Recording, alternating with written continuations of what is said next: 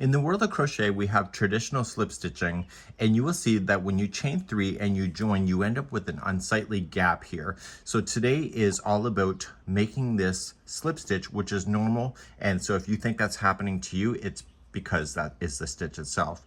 So when you're coming back around, the gap is being created by this space right here that is part of this. So just look at it as like going up into the stitch.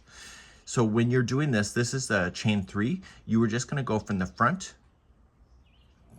through there, yarn over, and pull through and through, and that closes off the circle, but you can see that there's still a gap. So you'll see future reference in this series of how to get rid of that, so you end up with no spaces at all.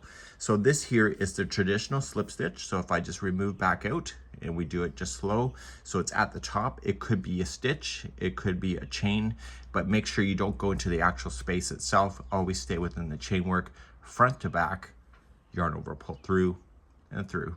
This is a traditional slip stitch video 1.